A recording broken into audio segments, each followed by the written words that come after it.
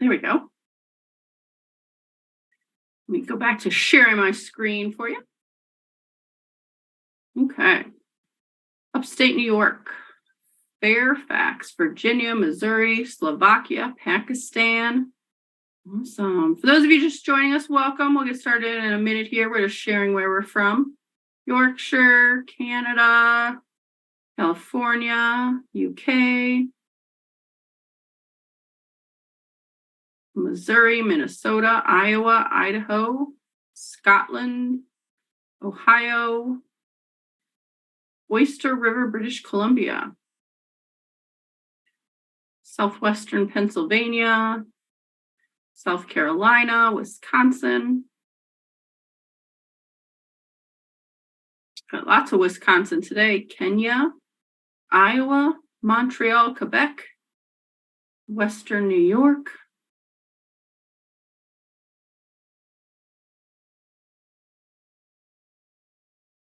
Bangor, Maine, Livingston, Montana, Kansas, Oregon Coast, Alaska. I feel like we haven't had anyone mention being from Alaska in a while. Ireland, Tampa, Florida, Springfield, Illinois, Nova Scotia, Philadelphia, Fargo, Atlanta, Texas, Washington, Ireland, Cyprus. All right, we got people from all over. I love it. So it's about that time. Let's get started. Today we're going to be talking about I Don't Need Help, supporting those who can't see their mental illness. This is brought to you by Mindspring Mental Health Alliance with a special thanks to Polk County, Iowa for partnering with Mindspring and sponsoring today's webinar. So everyone's mics are muted, cameras are off, Q&A feature is on. If you have questions, hop on into that Q&A, send them over to me.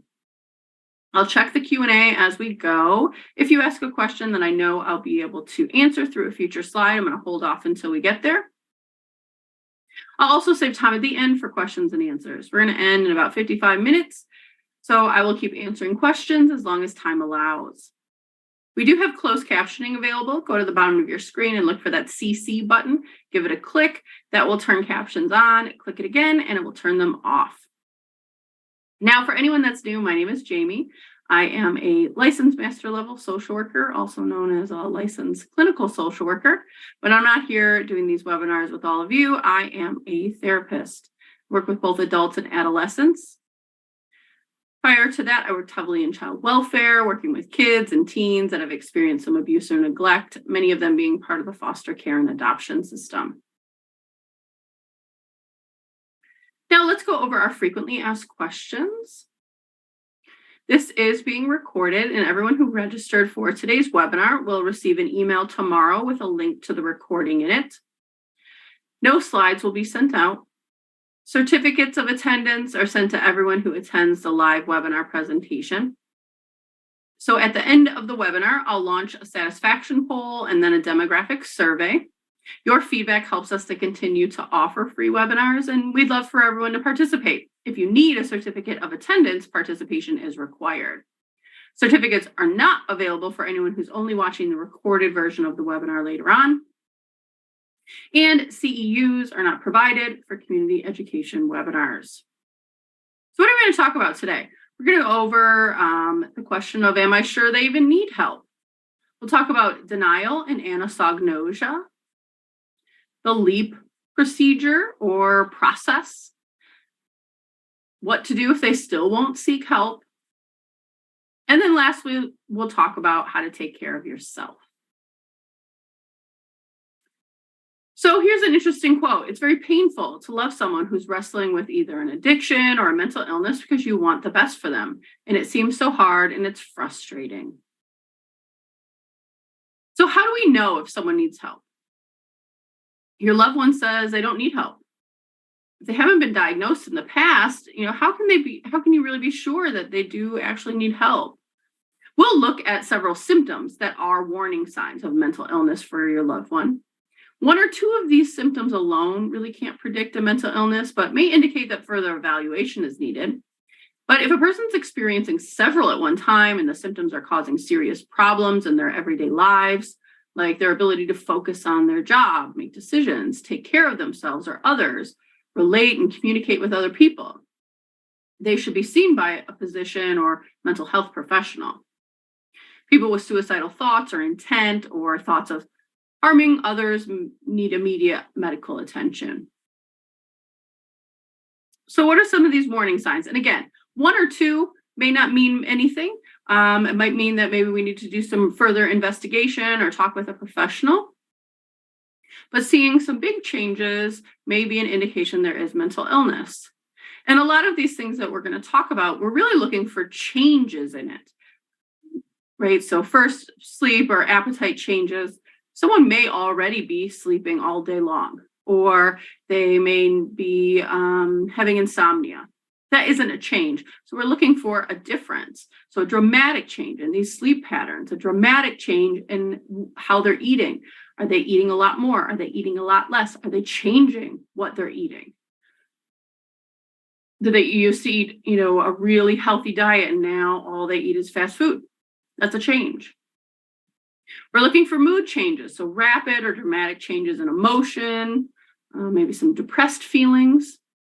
Withdrawal, recent withdrawal from social activities, loss of interest in activities that the person used to enjoy doing. A drop in functioning. This would be an unusual drop in functioning at school, at work, social activities, at home. They're quitting all the sports they're in. They're now failing every class. They're getting written up at school. There's problems completing tasks at home. There's a decline in their personal care. They're not showering. Their clothes aren't clean. There might be drug or alcohol use, abuse, or increase of use. Maybe they're having problems thinking, problems with concentration and memory. Their logical thought is declining. Maybe their speech is hard to understand.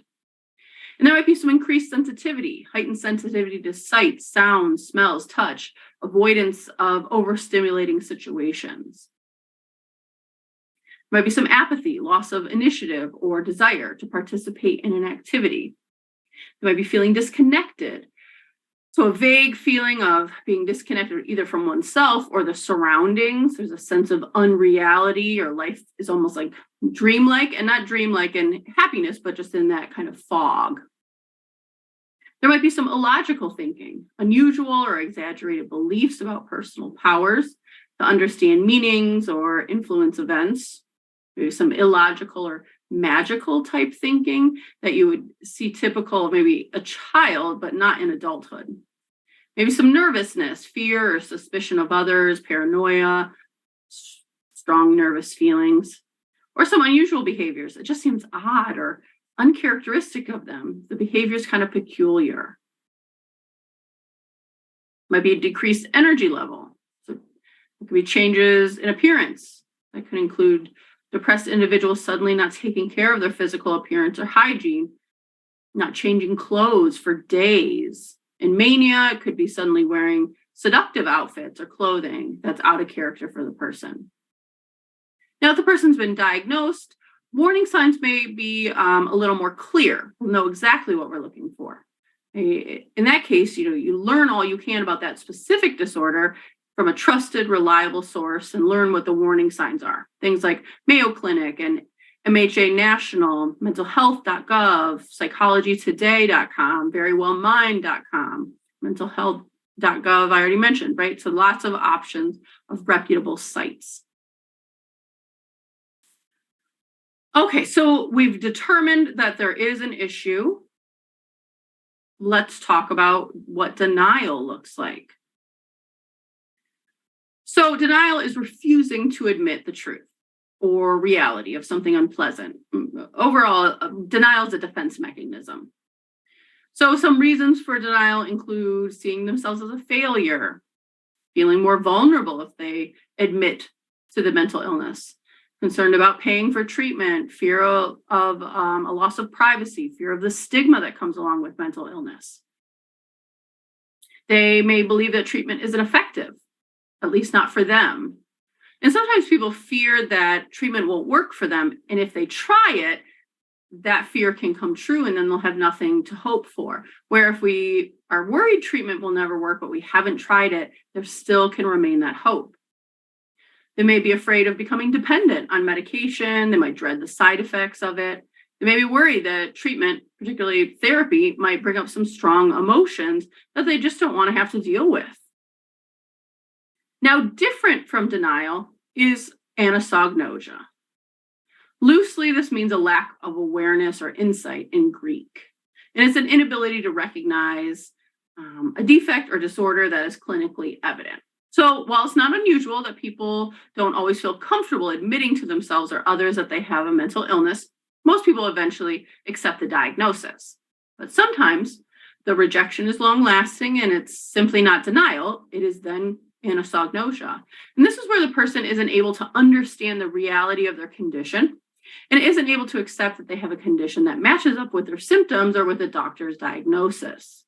And this happens despite significant evidence of the diagnosis, like getting a second or third or fourth opinion confirming the diagnosis. So it can be really helpful to understand brain changes. So anosognosia is a result of changes in the brain. It's not just stubbornness, it is not denial. It can be part of the person's mental illness because the changes that happen in the brain, most common we're seeing this in schizophrenia or bipolar disorder, but it can occur with other disorders. So before we look at the signs of anosognosia, it's important to understand how the brain is supposed to take in information. So it's normal for us to constantly adjust the image we have of ourselves in our mind, both physical changes and change in circumstances. For example, you cut yourself, there's a new scar, or you have to learn a new skill, or you get married. Okay? Our brain has to get used to these things. It takes a while once you've been married to call yourself a wife or a husband, right? Or to call that person that. Or if you've ever, let's say you've gone out on Halloween and you've put on makeup, or you've put on something that is a scar or whatever, and then you see yourself in the mirror, you're kind of startled by it. Or you have an actual scar where you've cut yourself. It takes time for that information to stick with you. The frontal lobe of our brain processes that new data, develops a story about it, and then remembers a change has happened, but it doesn't happen instantly. It takes some time.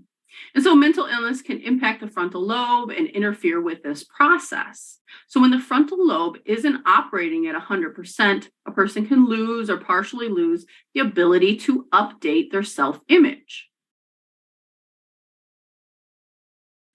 So someone with mental illness may eventually lose their ability to take in new information and adjust their perception of themselves or their overall health. And this can cause them to kind of get stuck in the old image of themselves before the diagnosis. Since the perception feels accurate, the ill person thinks that their loved ones are lying or just simply making a mistake, simply misunderstanding. So if family and friends insist they're right, the person with an illness might get frustrated or angry or avoid them altogether. This lack of insight typically causes a person to avoid treatment, and it's the most common reason why people stop taking their medications.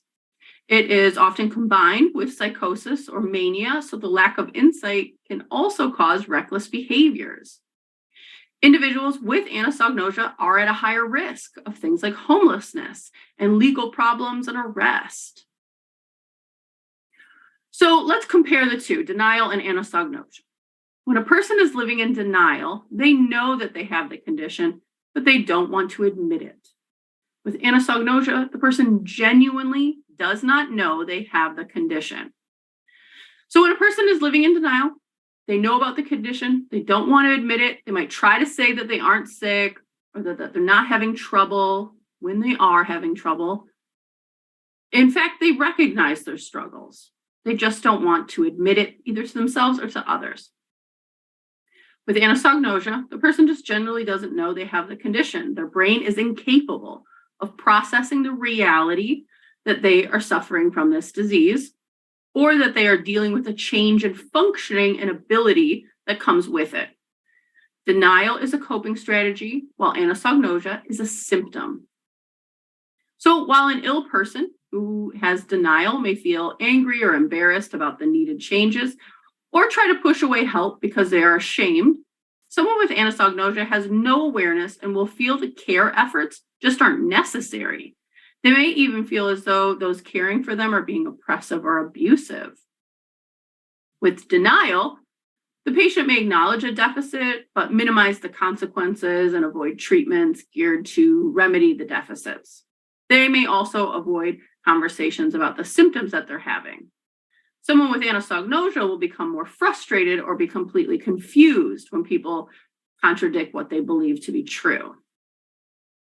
So ideally, you would also want to know if neuropsychological testing revealed dysfunction in the brain for anosognosia, but regardless of whether the problem is neurologically based or stems from defensiveness, the denial, or both, the most important question really is, how can you help someone accept treatment? So next we will talk about LEAP, and this is designed specifically for anosognosia, but the process can be used for denial as well.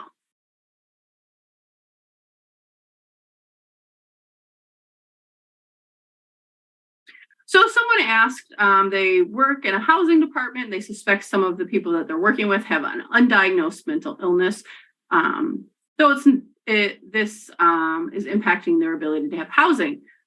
How should staff proceed? So it's really kind of talking about what may be causing their struggles with housing. And so we don't even have to bring up mental illness if you feel like either the person has anosognosia or they would deny it.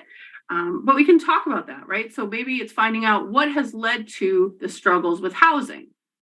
Well, I get into arguments with my landlord, or I punch holes in the wall, or I forget to pay my bill, right? And so a lot of the reasons why we may be struggling with housing may be due to symptoms of mental illness. But we focus on the symptoms themselves instead of saying, okay, please come to my office because I want to talk to you about my belief that you have bipolar disorder. They may not be open to that, having that conversation, but if you find the goal, the common goal is to get housing, we can find out what is getting in the way of getting that housing. And so to kind of better understand that concept, let's talk about LEAP, because what I just mentioned is kind of this LEAP process. So what can we do when someone is kind of stuck in their thinking, whether it's denial or anosognosia? And that's LEAP. So LEAP focuses on transforming the relationship first. You do not win on the strength of your argument. You win on the strength of the relationship.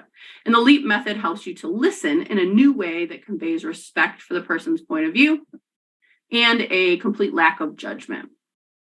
So this method is registered, it's trademarked.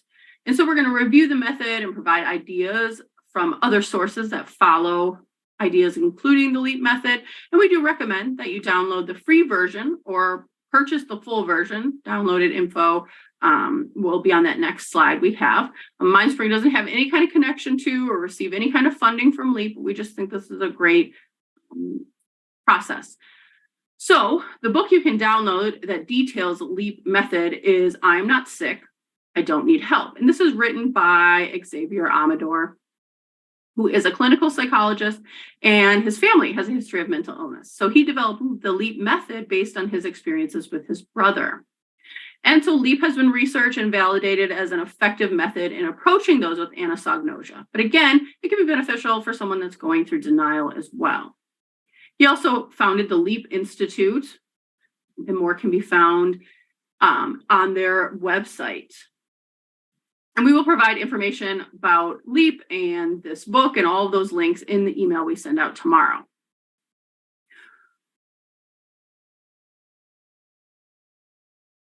So the LEAP procedure or the LEAP method, and then Dr. Amador, really what they're doing is shifting from the use of the medical model with loved ones and moves to focusing more on supporting the person's belief system. So the medical model assumes that if we explain to the person their medical issue, they'll see the problem, they'll want to get help. Easy peasy. But your loved one with anosognosia doesn't see the problem. So here's an example. Imagine that you show up at home, you grab your keys, you try to unlock the front door, and it's not unlocking. You're trying to get in and you're jiggling it and it's not working. The key isn't working. and someone comes to the door and they ask if they can help you. You take a peek inside. Outside is your house, but inside looks completely different. You don't know who this person is in your house. It feels like someone has broken in. And you say, "This is where I live." And they say, "You don't live here. We live here." And if you keep coming here, if you keep trying to unlock the door, if you keep trying to come in, I'm going to call the police. I'm going to have you arrested. But you know this is your house. The person's now yelling at you. Maybe they're pushing you off of the porch, right? Are you going to even be open to listening to them? No, definitely not. You're confused. You know for sure this is your house. And they're telling you absolutely not. What you believe is not true. The medical model doesn't work because your brain is not allowing you to see that there might be a different truth. Arguing is just making it worse. So we want to stop arguing and start listening to our loved one in a way that leaves them feeling that their point of view, including the delusional ideas and the belief that they're not sick, are at least being respected. Right? Imagine same scenario, you try to unlock the door, someone opens it and explains to you that this isn't your house, but they let you come in, they let you sit down, they ask if they can call someone for you. They explain in a polite way, "Well, I bought this house yesterday. I bought it last week," right? You would start to listen at least and hear what they're saying and want to understand where the breakdown is between the two. So LEAP has 4 components: listen, empathize, agree, and partner. And let's talk about each of those. So we want to listen to understand. Instead of thinking about how you can argue back or convince the person to change their wrong beliefs, we want to listen to understand what they are saying. We want to avoid interrupting, criticizing, or giving advice. Once they're done speaking, we want to reflect back to them what we've heard them say and ask if we're understanding correctly. Ask questions to improve your understanding of the experience and point of view. Remember that an ill person may have anosognosia, that inability to receive or to perceive their mental illness or as being true, and arguing about what is real will not be useful. Feeling heard is going to be useful. Feeling heard can help your loved one be more open to talking and to listening to what you have to say. Then we want to empathize. Express that empathy. Put ourselves in the other person's shoes. Express empathy for what your loved one's feeling and their perception of reality. You want someone to seriously consider your point of view. It's important that they feel that you have seriously considered their point of view first. So take it all seriously. Delusions, which is really what anosognosia is are fixed, false beliefs that conflict with reality. And despite the contrary, despite evidence that this is not real, they believe it anyway. So empathize with your loved one about the fear, anger, or even elation, if that delusion is grandiose. But empathize with those feelings, how a particular delusion can cause a person to feel having a difficult day, sad, scared, right? And empathizing with that delusion is not the same as agreeing with it or believing it is true. It's about your loved one feeling heard and understood, so they in turn will be more open to listening to your feelings. An example of this that might be easier to understand is taking someone who is colorblind and can't see the color red. Now, for those of us that see all colors, a stop sign is red. And for people that are colorblind, that stop sign is still red, but the color that the colorblind person sees is probably a shade of green for the rest of us. The olive green stop sign is their perception of reality. If you're not colorblind, your perception of reality is that the stop sign is red. So arguing with someone that is colorblind that they should just see a red stop sign isn't going to change their perception that it's green, and will probably irritate them that you're not understanding that what they see is green. Empathy is stating, so when you look at the sign, you see green. We're not agreeing that the stop sign is green, but we are acknowledging that what the other person is experiencing is different. A person with paranoid schizophrenia may not believe that they have a mental illness, but they believe they're being spied on at home. It sounds like you don't feel safe at home. That must be really scary. We haven't agreed that they're being spied on at home. We're agreeing that not feeling safe at home is scary. Then the next step is to agree. And again, we're not agreeing with delusions. That is different. When we're talking about feelings, we're agreeing that a feeling is difficult, but not the delusion. And the agreed part of this is we're coming to a common ground. Your goal is not to get your loved one to admit that they're sick, but to get them to follow up their statement, I'm not sick with, but I could use some help. Right? We don't have to agree that they're sick. We don't have to agree that there is a diagnosis. What we're focusing on is agreeing that some help is needed. So we're looking for common ground, and we're going to figure out what motivation the other person has to change. So we're going to empathize that our loved one, has the right to a personal choice, and also have to take responsibility for the decisions they make about their life. We can be more of a neutral observer, focus on making observations together, identifying facts upon which we can ultimately agree.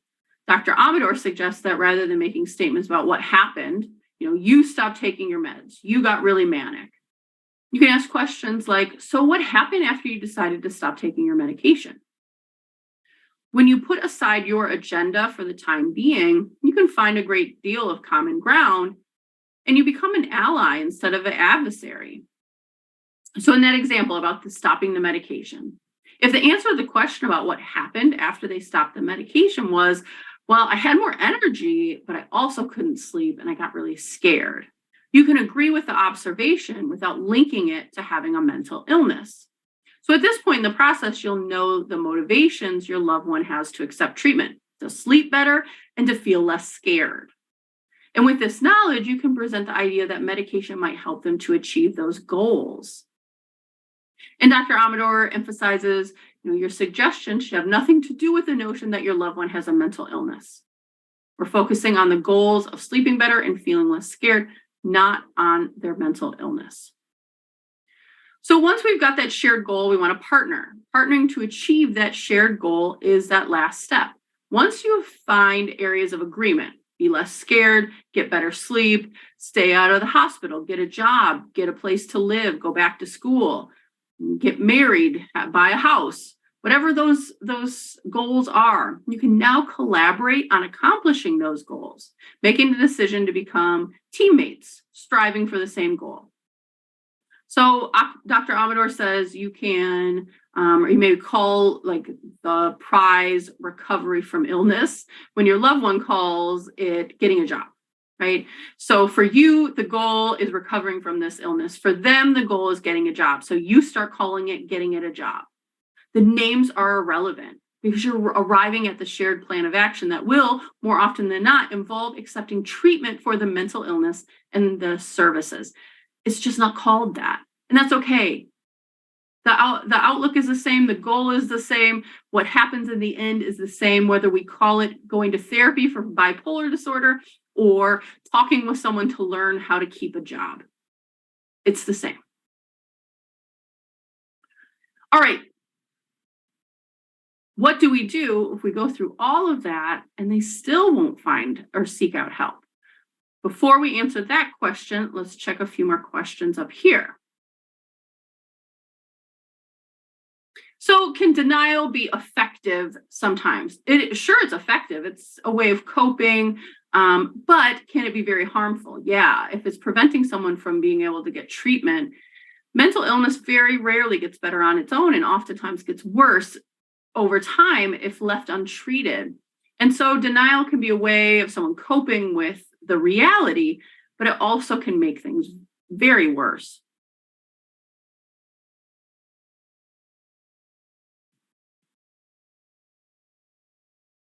So what do you do if someone is having a delusion? They ask if you believe it. So we don't want to agree with something that isn't real. We don't want to lie. So we can say, you know what, that isn't something I'm experiencing, but I can see that it is really happening for you, or you really feel these feelings, and that has got to be scary, upsetting, whatever. Right? We don't want to agree with it. And we're not arguing. We're just saying that that isn't something that I'm experiencing. It's just not the same for me. Okay.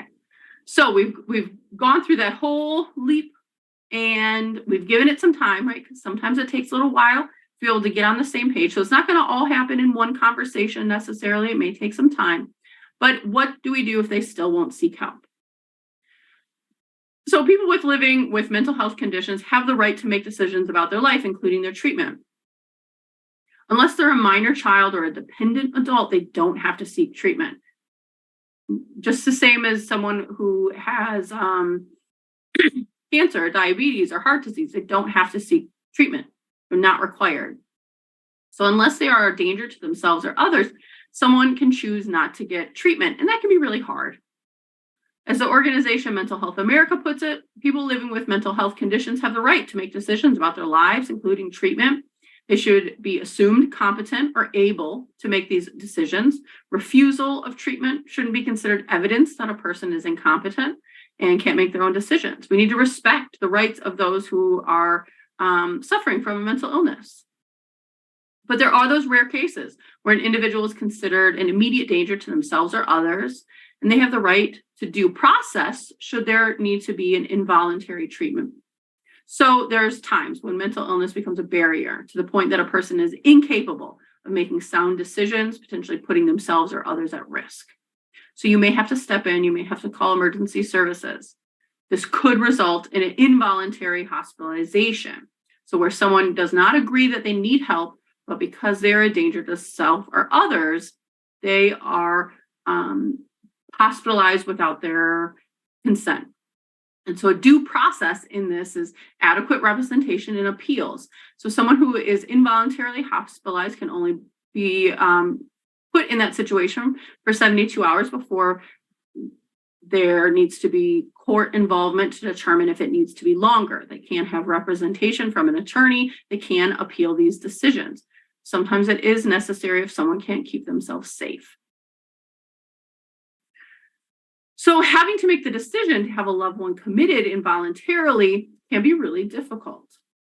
So Victoria Maxwell, who is a sought-after mental health speaker, a performer, a playwright, she's lived with bipolar disorder, anxiety, and psychosis for more than 17 years.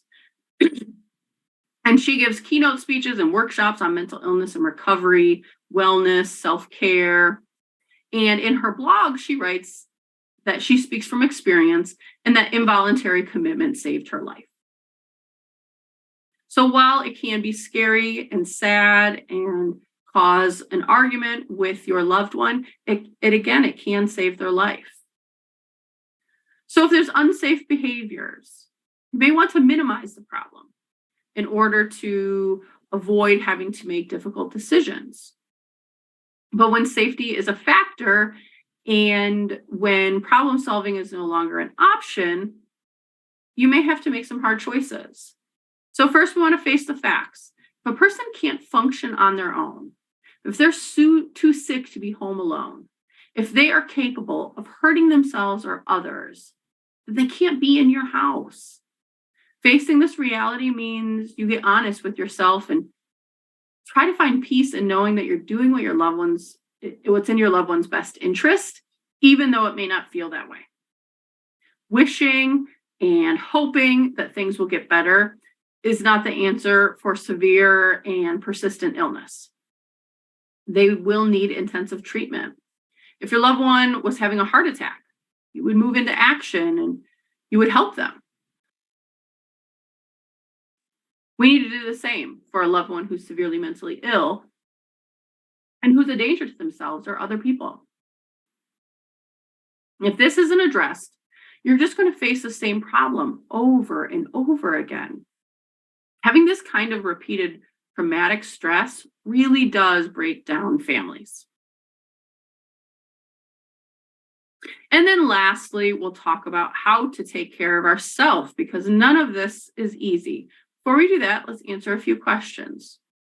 Can LEAP work with youth as well? Absolutely. It's really just about making that connection. It's not about convincing them or pushing them into situations. Now, someone that is under 18, they're younger, they're a minor, they can be put into treatment by their guardian or parent. They don't have to agree to it, But it would be much more beneficial if you could get them to agree to it by using something like this LEAP method.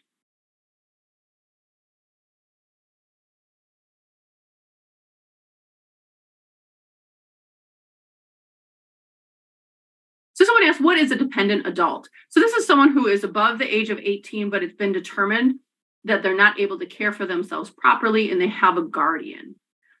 So this may be someone who's developmentally delayed, sometimes the elderly. It could be someone who has a mental illness and has a guardian.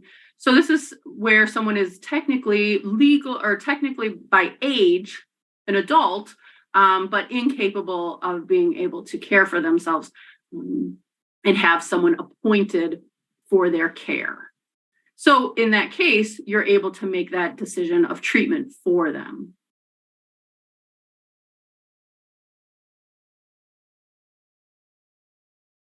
So what do we suggest if an adult relative refuses to take their medication? Sometimes they agree that they have an illness, sometimes they don't. If they're an adult and they don't have to take their medication, and that's hard. It's hard to see a loved one struggling and recognize that there's treatment that could help them. It is common to have a mental illness and not take the medication for a variety of reasons, including a lot of people don't like the side effects of it. And some have side effects more than others, some don't have any. And so you can use that LEAP method, see, what's going on, what happens, what behaviors there are when they're not taking the medication. And you can also share with them ways that you could help them. Maybe they are open to finding other medication, but they can't get an appointment with a psychiatrist for 6 months, right? You could work on helping them find an appointment sooner.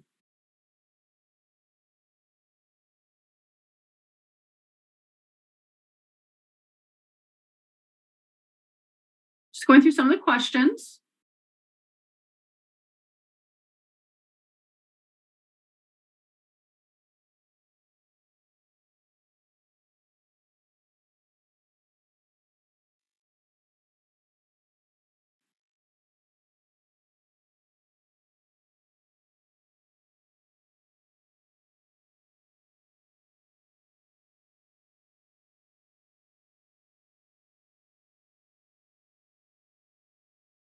So what do we do if the whole family is not on the same page? And so that's going to be important.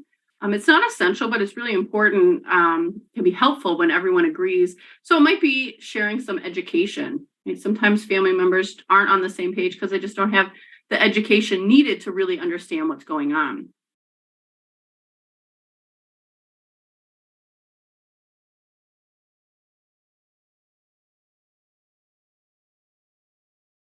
Can it be challenging to use that LEAP method because it requires trust and rapport? It really kind of depends on the individuals. If it's someone that's a family member that you already have trust and rapport with, it may not take long at all. Um, if this is someone brand new, maybe it's in a work environment or you're a volunteer, it may take a little bit longer. Um, so it can be challenging. Right? Getting someone help can be challenging in general. And so it isn't always easy, but it can be worth it.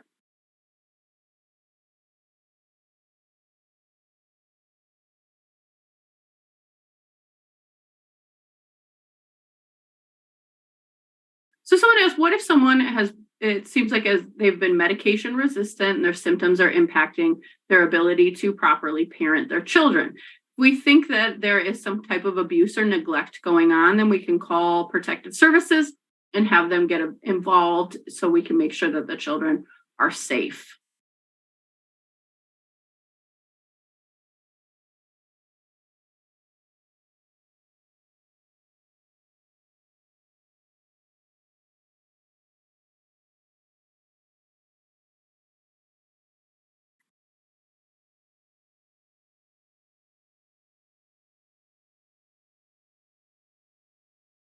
So someone says is saying I believe you different than saying I agree with you. I mean, slightly. We want to try to avoid anything that says, I think that these delusions are really happening, and so we want to watch our words. Um, but we can say, I believe that this is how you're feeling. That isn't. I agree that this is no, because we don't agree, but we believe they feel this strongly. And so it's just building that rapport and that trust and showing that we are listening. Instead of calling the police in a crisis, can someone like a social worker be called? It depends on where you are. Some different police departments and counties have crisis units that can come out. Unfortunately, a lot don't.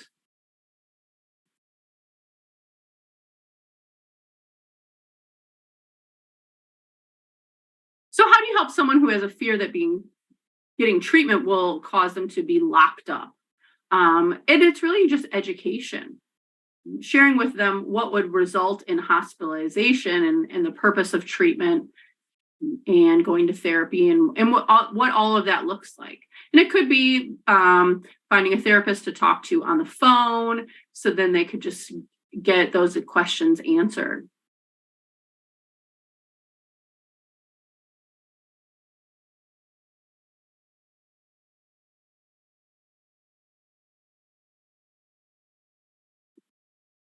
Do I recommend an entire family doing therapy? Family therapy can be really beneficial, but it's going to be very dependent on the situation. If there's abuse going on, we don't want to do therapy with our active abuser. So it's just going to be dependent, but it can be very beneficial in certain circumstances. All right, so let's talk about taking care of ourselves. We want to let things go and really letting go of what we're holding on to. You can't save your loved one. Let the role of savior or fixer or curer go. It's not your responsibility to fix them. Avoid falling into this role where you think I have to fix this or I have to save them. No matter how much you love someone, you can't save them. It's not your responsibility to fix the problem. Your loved one needs support to come to this decision to get help in order to reach their goals, but they have to come to this decision themselves. You can support it, but they have to do it. Remember, it's a journey. Have realistic expectations. The recovery process isn't a straight line. It doesn't happen quickly. There's detours and roadblocks and wrong turns, but it's just remembering that it's a map, right? Imagine it as a map instead of, the game Chutes and Ladders. It's not like a forward and a backward. Sometimes we just have to go down a different path to get to where we need to be. Feels like it's taking a while, but you will eventually get there. Make sure you're keeping yourself healthy. Put yourself first. Stay healthy, pace yourself. Overextending yourself will only cause more problems in the long run. So focus on your own care first. Get physical activity in your life every single day. Get enough sleep, 7 to 9 hours a night. Do things like meditate and journal. Spend time with friends. Do hobbies you enjoy. Remember to take things one day at a time. And then find your own support. Individual therapy can be a way to get support from a mental health professional who understands and can help to find ways to cope. You don't have to have a diagnosis yourself to participate in therapy. You can also go to support groups for family members. Family members are loved ones of someone who has a mental illness. This can be really valuable. You can get a lot of information, resources, and mutual support and understanding can help you to feel less alone. So this is another quote from Victoria Maxwell. Again, this is that sought after mental health speaker who has experienced bipolar disorder, anxiety, and psychosis for 17 years. Earlier, she had mentioned, that she speaks from experience and involuntary commitment saved her life. So here's what she says on that. Your love, your acceptance, and your patience are more effective than you'll ever realize. My parents likely will never know how important, how life-saving, life-changing their support was for me, especially when I was in full resistance mode. So although you may feel helpless and see little progress at times, it does get better. And please remember, treat yourself with kindness and find adequate support for yourself.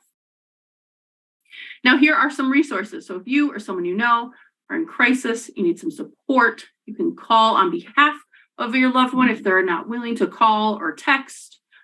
But these are different ways to get some more information and just find someone to talk to. We'll put all of this into the email we send out tomorrow, so you'll have access to that. Before we move on, let me check a few more questions. So someone asked about how we deal with verbal abuse. And we don't have to. We can set a boundary. Just because someone is ill does not mean they get to speak to us in any way they wish. And we can let them know that we won't participate in a conversation that includes verbal abuse or any kind of disrespect. And then you have to follow through. So if they are being verbally abusive, you end the phone call, you leave the room, and you let them know you'll talk with them later.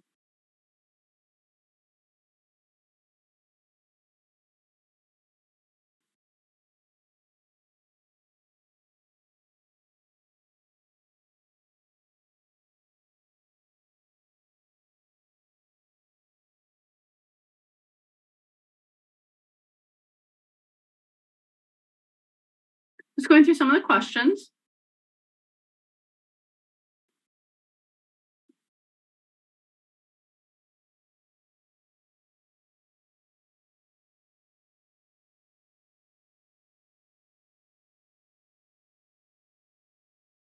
So someone asked, how does a clinician respond to family members who believe their loved one needs to be forced or pushed to get treatment and therapy? Well, I mean, if there's nothing signed allowing you to speak to them, then you don't even respond at all. But if there is, then you maybe meet with everyone together.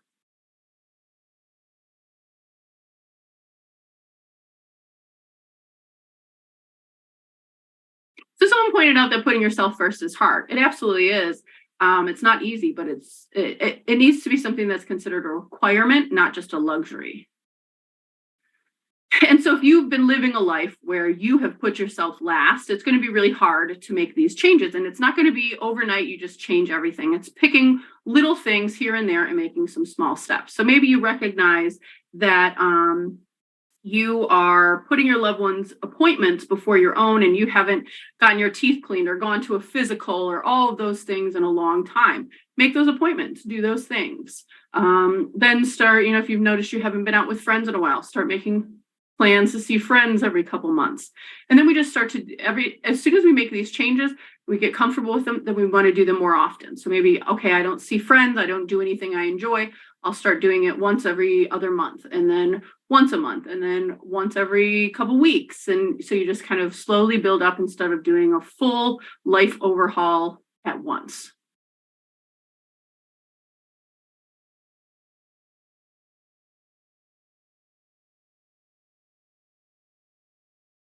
So someone asked, how do we protect ourselves from the decisions other people make, like separating finances? So it's figuring out the decisions that they're making that are impacting you negatively and starting to make changes. It could be as simple as setting boundaries and letting them know that you're not going to participate, or it could be getting your own bank account, right? And changing your money, or feeling like it was time to get divorced so the person doesn't put you into more debt. These things can be hard, but they are possible. And it's really recognizing too that in a lot of these comments are like, well, this is hard, this is hard, this is hard. It absolutely is. But so is what you're already going through. You're not going through from something super comfy and amazing to something hard. You're going from hard to hard. Just pick which hard you want to deal with. One has an ending that can be positive. One is just everlasting difficulty. Putting into the Q&A right now links to our crisis resource guide and our trauma resource guide, so you'll have that, as well as some resources for anosognosia.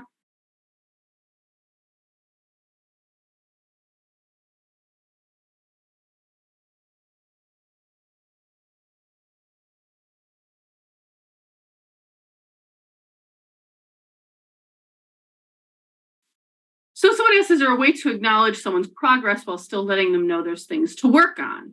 Well, it really depends on what your position is with them, if it's really your place to be pointing out the things they need to work on. But absolutely celebrating some of the things and maybe asking them, right? Wow, we're celebrating. This is so great. What are your next goals? What are the next things you wish to be working on? What are the next things I can support you in, and celebrate when you accomplish them?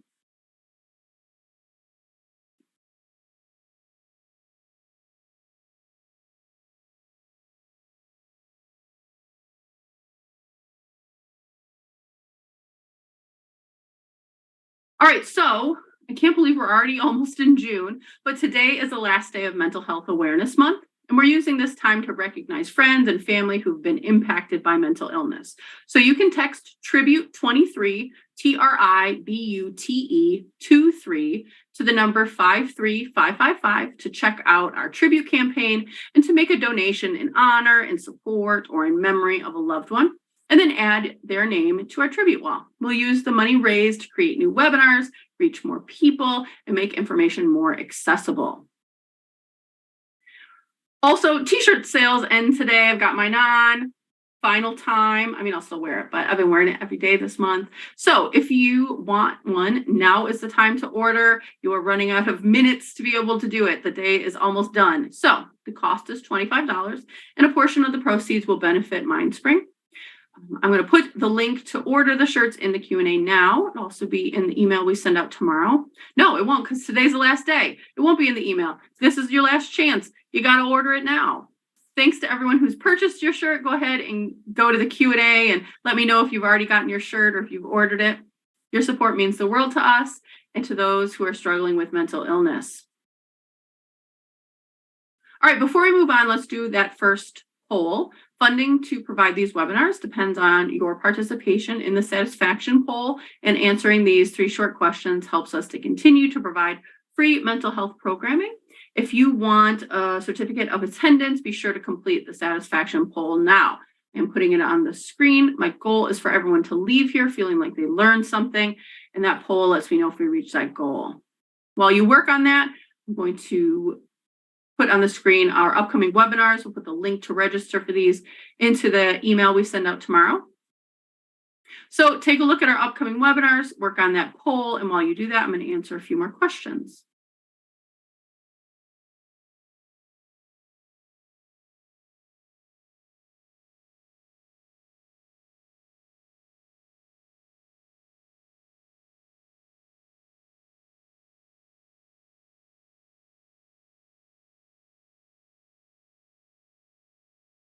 Looks like we got a few people that got their shirts already. Awesome. Not a few, a lot.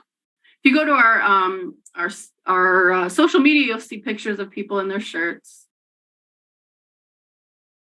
Putting the link for upcoming webinars to register for them in the Q&A as well.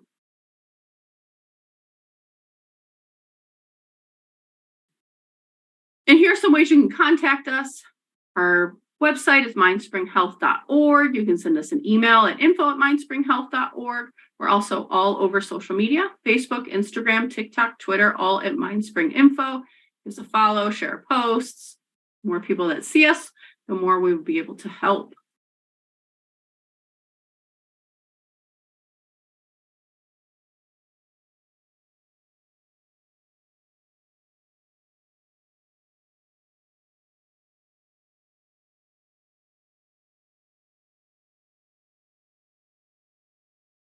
Now, just a reminder to get your certificate of attendance. Participation in that poll is required. It looks like about 100 of you have not been able to finish that yet, so I'm going to leave that up for you. Let's go over our frequently asked questions one more time in case you missed it in the beginning. This has been recorded, and everyone who registered for today's webinar will receive an email tomorrow with a link to the recording in it. Also in that email are going to be all of the resources we talked about today. No slides will be sent out. Certificates of attendance are sent to everyone who attends a live webinar presentation and completes the surveys at the end of the session. First one is still up. You got a few more seconds before that closes. Certificates are not available for anyone who's only watching the recorded version of the webinar later on. And CEUs are not provided for community education webinars. Got an extra minute, so let me check a few more questions.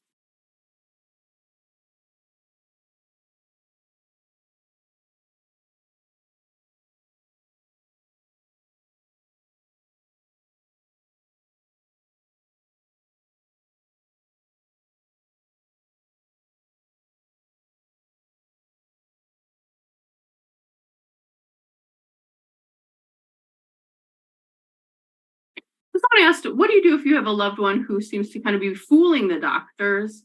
Now, if you're going with them, you can share the reality.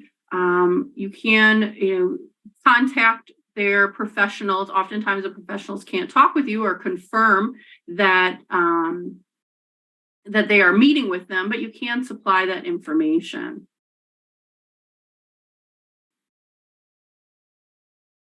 Great questions. Thank you.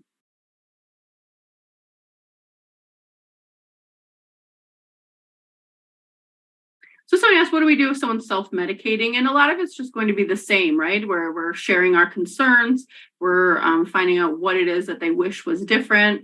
So we're using the same methods, even if it is, substance use or abuse.